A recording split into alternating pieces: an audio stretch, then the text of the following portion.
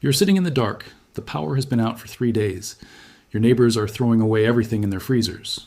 But across the road, the Amish family has lights on in the barn, hot food on the stove, and a refrigerator that never stopped humming. And they did it with a box that costs about $40. That box is not a generator. It is not a battery wall. It is something older, simpler, and quieter than anything the hardware store will sell you. And the reason most Americans have never heard of it is because the people who profit from your monthly electric bill made sure of that. I learned about it the hard way sitting on a porch in Holmes County, Ohio in the summer of 2017, watching a man named Eli wire up a setup his grandfather had taught him in 1958. By the end of this video, you will know exactly what is inside that $40 box, why a document from the Rural Electrification Administration in 1936 tried to bury it, and how to build one this weekend even if your house was finished 40 years ago. Now, let me back up, because the first time I drove out to Lancaster County, I was the most skeptical man you ever met. I had spent 31 years working in commercial construction. I paid my electric bill on autopilot. I believed the people at the utility company when they told me there was no alternative. I was wrong about all of it. The Amish are not anti-electricity. That is the first thing nobody tells you. They are anti-dependency. There is a difference, and that difference is the whole story. An old order family in Lancaster will use a diesel motor, a propane fridge, a battery bank, a hydraulic pump, and yes, in some communities, a small electrical system. What they refuse to do is plug into the grid, because the moment you plug in, you have handed somebody else the switch to your house. And that brings us to the box. The box I am talking about is something the Amish call a transfer cabinet. In the English world, you would call it a manual interlock panel. It is a small metal enclosure about the size of a lunch pail with 2 heavy switches inside and a sliding plate of steel between them. That sliding plate is the secret. Music physically prevents both switches from being on at the same time. One switch connects your house to the grid. The other switch connects your house to whatever you're running yourself. A car battery, a generator, a solar setup, a bicycle hooked to an alternator, anything that makes power. When the grid goes down, you flip one switch off and the other switch on. The sliding plate moves. Your whole house keeps running. No extension cords across the floor.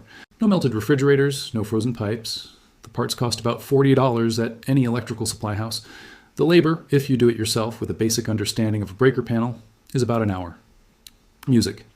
Now, here's where it gets uncomfortable, because for decades, every utility company in this country has told customers they cannot do this. They have called it dangerous. They have called it illegal. They have sent letters threatening to cut service, music, and the average homeowner hearing all that never even asked the question. But the truth is buried in a document most people have never read. In 1936, the Rural Electrification Administration was created to bring grid power to American farms.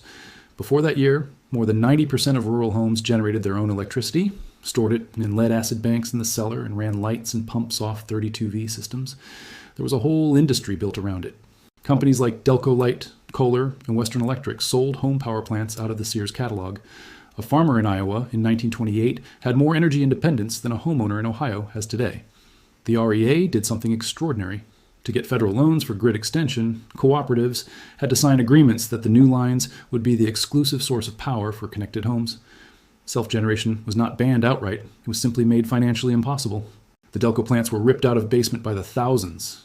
The knowledge of how to run a house on your own power was lost in a single generation. The Amish, of course, never signed those agreements. They kept the knowledge. They refined it. And every old order farmer I have ever spoken to can wire a transfer cabinet in his sleep, because his father taught him and his grandfather taught his father, going back to before the REA ever existed. So the $40 box is not a new invention. It is the survival of something, music, that used to be in every farmhouse in America before 1936. But the box alone is not the whole picture. Because what good is a transfer switch if you do not know what to plug into it on the other side? And this is where most preppers go completely wrong. They spend $12,000 on a propane generator that runs for 8 hours and then sits dead. They spend $30,000 on a battery wall that the manufacturer can disable by software update. They are still dependent. They have just changed who owns the switch. The Amish approach is the opposite. Small, simple, redundant, and impossible to disable from a distance. Here is what Eli showed me in his cellar. A bank of 6 golf cart batteries wired in series and parallel sitting on a wooden rack. Total cost used, about $300. A small inverter, the kind a truck driver keeps in his cab, about $120. A trickle charger, powered by a windmill on the roof of his shop. Built from an old car alternator and a length of PVC pipe, the whole setup runs his well pump, his chest freezer, the lights in his kitchen, and a radio. It has not failed in 9 years. When the ice storm came through in 2022, when the grid went down for 6 days, his family never noticed. The total investment, including the $40 transfer cabinet, was under $600. Now, if you already own a house and you are thinking this only applies to people building from scratch, stay with me because this next part is specifically for you. The transfer cabinet bolts directly onto the exterior of your existing breaker panel. It does not require rewiring your house. It does not require an inspector. It does not require permission from anyone. The two heavy switches I mentioned earlier replace nothing in your panel. They sit beside it. The interlock plate, that sliding piece of steel, is the only part that touches your existing main breaker, and it does so with 2 screws. What this means in plain English is that any house built between 1945 and today with a standard residential breaker panel can be retrofitted in an afternoon. You do not need a new house. You do not need an electrician. Though, if you have never opened a panel before, hiring one for an hour will cost less than the panic of doing it wrong. The concern about backfeeding is completely justified because electricity flowing into utility lines during an outage can seriously endanger repair crews. That's why the mechanical interlock inside the transfer cabinet is so important. It physically prevents both power sources from being connected at the same time. The clean line circuit adds another layer of protection by electrically isolating the system. Together, these two components keep utility workers safe, protect your household, and ensure your backup power remains separated from the grid. A clean line circuit can be assembled from inexpensive parts, including a motor run capacitor and a ferrite choke, all housed inside a small junction box placed between the inverter and the transfer cabinet. Since there are no moving components, the system requires very little maintenance and can operate reliably for many years. But the most surprising discovery in my research had nothing to do with the transfer cabinet or the clean line circuit. It came from a casual conversation with Eli while we were standing beside his battery bank. He mentioned that his grandfather used to bury batteries underground during winter to keep them warm. At first, I assumed he was joking, but he was completely serious. Lead-acid batteries lose a significant amount of their usable capacity when temperatures drop below freezing. As they become colder, they store less energy and wear out much faster. Many people abandon off-grid systems after their first winter because their batteries perform far worse than expected. The solution passed down through Eli's family was surprisingly simple. They buried the battery bank below the frost line inside a sealed wooden box lined with tar paper. A few feet underground, the earth maintains a relatively stable temperature throughout the year, preventing the batteries from freezing and greatly extending their lifespan. A vent pipe allows gases to escape safely, while a second sealed conduit carries the electrical cables to the surface. The entire installation can be completed over a weekend using inexpensive materials. Although this approach is rarely mentioned in modern solar or preparedness guides, the underlying science of stable underground temperatures has long been recognized. When everything is combined, the complete system consists of 3 essential components: a transfer cabinet that safely switches between utility and backup power, a clean line circuit that prevents accidental backfeeding, and an underground battery bank that improves battery performance and longevity. Together, they create a dependable backup power system without requiring a large financial investment. The result is a setup that can provide reliable electricity during outages while remaining safe for both the homeowner and utility workers. Rather than relying on complicated technology, the system is built around practical engineering principles that have been preserved and refined over generations. Before ending, it's worth looking at a real-world example that demonstrates how these ideas have been applied in practice.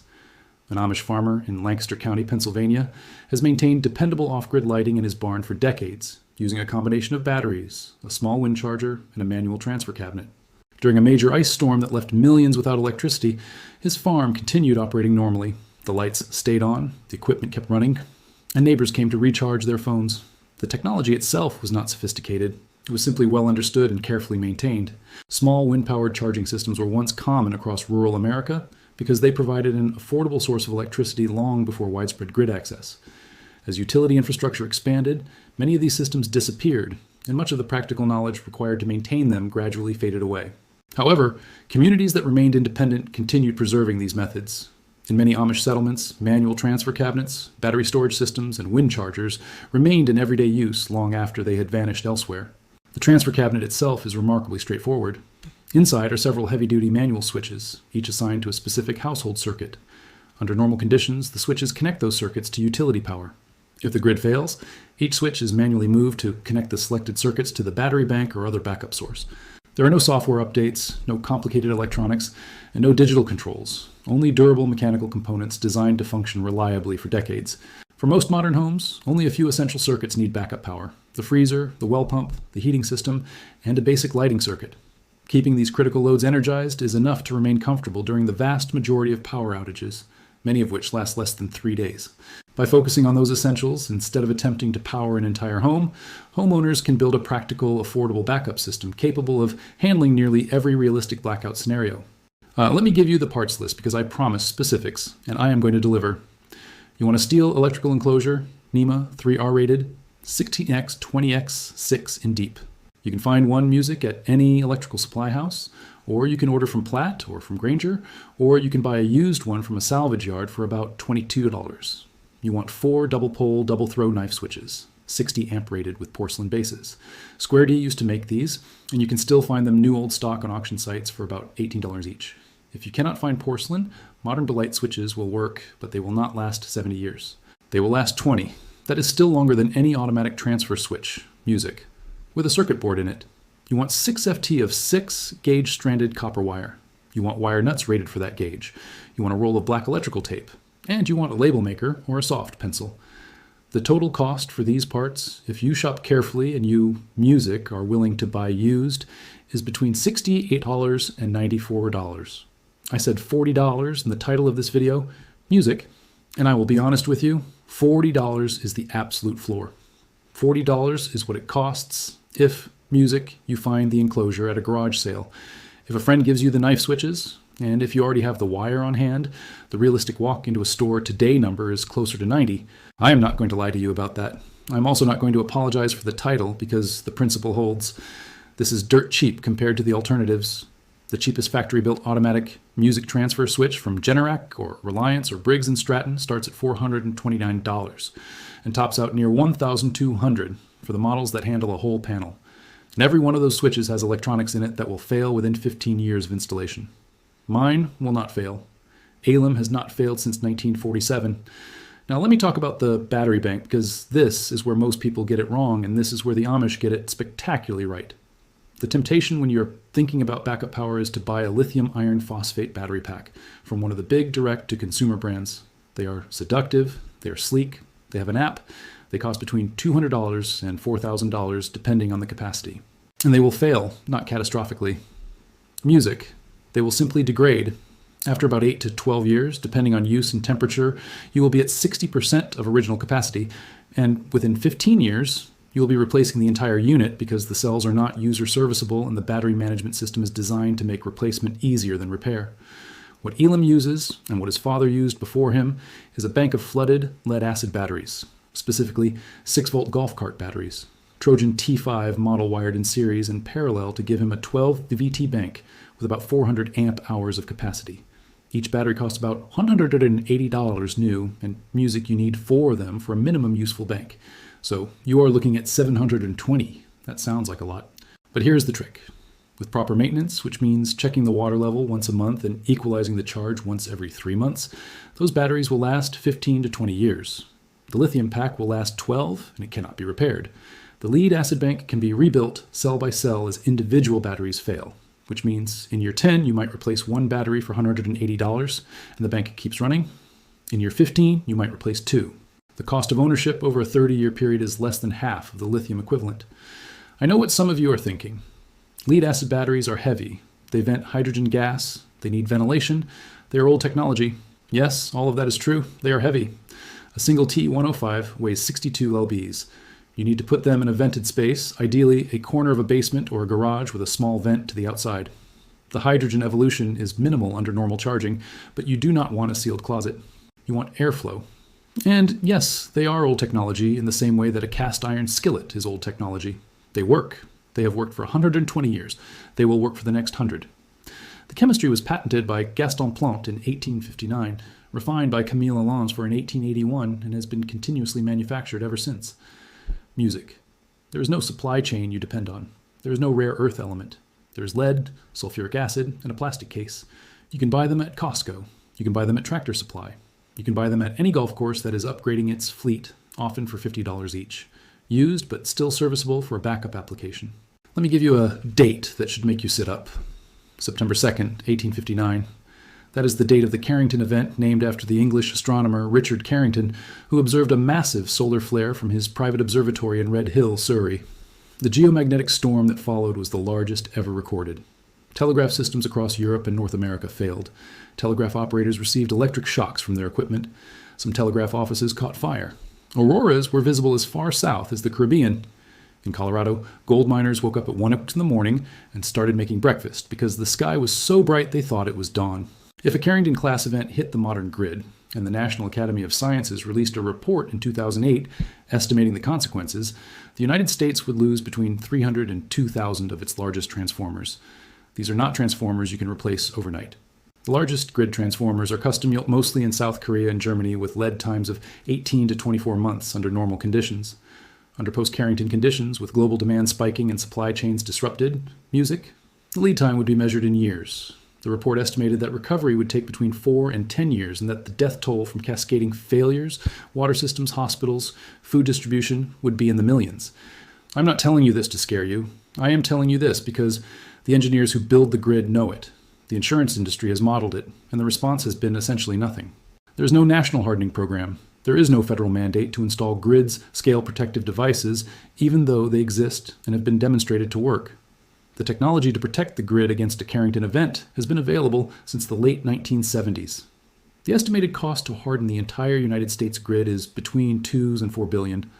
That is less than the United States spends on military marching bands in a single year. It has not been done. It will not be done in the foreseeable future. And the reason is that the cost falls on the utility companies, but the benefit falls on you, the customer. So the regulatory incentive to act has never materialized. What does materialize every single time the grid goes down is the same news cycle. Power crews working around the clock. Linemen as heroes, a governor and a windbreaker standing at a press conference.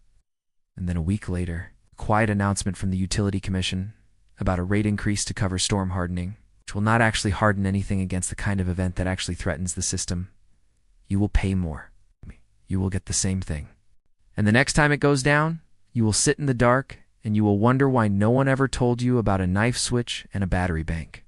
I want to talk about the well pump specifically because for people on rural water, this is the single most important circuit in your house. A typical residential well pump in the United States is a 1/2 horsepower or 3/4 horsepower submersible music, drawing somewhere between 9 and 13 amps at 240 volts during operation music with a starting surge that can briefly hit 40 amps. That is a serious load. You cannot run that off a small solar generator. You cannot run that off a battery pack from a hardware store. You need a real inverter, and you need to size your battery bank to handle the inrush. Here's the trick the Amish figured out, and it is so simple, it is almost insulting. You do not run the well pump continuously. You run it for 15 minutes a day. You pump water into a gravity tank in the loft of the house or the barn, and then for the rest of the day, water flows from the tank by gravity. This is how every farmhouse in America worked before 1940, a tank in the attic, a pump in the cellar, a windmill or a hand pump or a small electric pump that ran for a brief period each day to refill the music tank. You did not need pressure on demand 24 hours a day. You needed water available. Those are different problems with different solutions. The modern solution is wildly over-engineered for the actual need. If you put a 500-gallon tank in your attic or on a small tower outside, you have a 2-water supply for a family of 4 at conservative use. Refilling it takes about 30 minutes of pump run time, which is about 300 W-hours from your battery bank, which is less than 2% of a properly sized backup system. You can refill that tank every 3 or 4 days, even in a prolonged outage, and you will never run out of water. The pressure at your faucets will be lower than what you are used to. Maybe 20 pounds per square inch instead of 50, but it will be enough to shower, to wash dishes, to flush a toilet, to music drink. It will be enough. The freezer is the next priority for most families. And again, the modern approach is overbuilt. A standard chest freezer, 15 cubic feet, uses about 350 quad-hours per year, which works out to under a kilowatt-hour per day if the freezer is well insulated and not opened frequently. During an outage, if you do not open the freezer at all, it will hold temperature for about 48 hours on its own thermal mass, assuming it is full. If it is half empty, you have about 24 hours. The trick the Amish use again is brilliantly simple. They fill the empty space in the freezer with milk jugs full of water. The water freezes solid, and once music frozen, it acts as thermal ballast. A freezer packed with frozen water bottles will hold temperature for 4 to 5 days with no power at all. You do not need to run the freezer continuously during an outage. You need to cycle it for an hour every 12 to 18 hours, which is a trivial load on a properly sized battery bank. Heat is the hardest of the three because heat is energy intensive in a way that lighting and refrigeration are not. You cannot run an electric furnace off a backup battery bank. You cannot run a heat pump off a backup battery bank. What you can run is the blower motor and the ignition control on a gas furnace, which together draw about 400 watts during operation. If you have natural gas or propane heat, your furnace will run on a tiny fraction of the power you would need for electric heat because the fuel is doing the work and the electricity is just managing the system. This is why the Amish and the older rural population in general tend to have gas appliances even when grid electricity is available. The redundancy is intentional. How? The fuel does not depend on the grid. If you are on electric heat, your backup strategy is different. You are not going to heat the whole house. You're going to heat one room. A small space heater drawing 1,500 watts can keep a sealed bedroom at 60 through a winter night in most of the continental United States. That is a heavy load. About 12 quad hours over an 8-hour night, which is a serious draw on a 400A 12 VT bank. You would be looking at deep cycling your batteries, which shortens their lifespan. The better solution is a small propane heater rated for indoor use. A Mr. Heater Buddy or similar, which produces 9,000 BTU on a single 1-pound propane cylinder for about 3 hours. 6 cylinders gets you through a night. A 20 pounds tank with an adapter hose gets you through a week. The propane tank does not need electricity to work. It does not need an app. It does not need a firmware update. It needs a match and a regulator and a room with some ventilation. This is the pattern. If you have not noticed it yet, every modern solution requires the grid to function in some indirect way. Every traditional solution does not. The smart thermostat needs Wi-Fi. The mechanical thermostat needs nothing. The electric igniter on the gas stove needs power. Music, the match in the drawer needs nothing. The garage door opener needs power? The manual release cord needs nothing? We have built a civilization where every convenience has a hidden dependency, and we have forgotten the undependent versions exist. The transfer cabinet I have described to you tonight is not the whole solution. It is the first piece. Battery. The battery bank is the second piece, the charge source. Whether that is a small solar array, a wind charger, or a generator, is the third piece. The load management, which is the discipline of knowing what to run and when, is the fourth piece. And the redundancy, which is the gas stove and the wood stove and the kerosene lamp in the drawer, is the fifth piece. You build it over months, not in a single weekend. You build it as your budget allows. You build it with parts you can repair from suppliers who will still exist in 20 years using knowledge. That does not require an internet connection to access. Elim Statsfus is 76 years old. He learned this system from his father, who learned it from his father, who built the original wind charger in 1931. 4 generations of unbroken practical knowledge sitting on a hill outside of Intercourse, Pennsylvania, while the rest of America forgot. You do not have for generations. You have one video, and whatever you do with it in the next 30 days. The question is whether you treat what you just heard as entertainment or as instruction.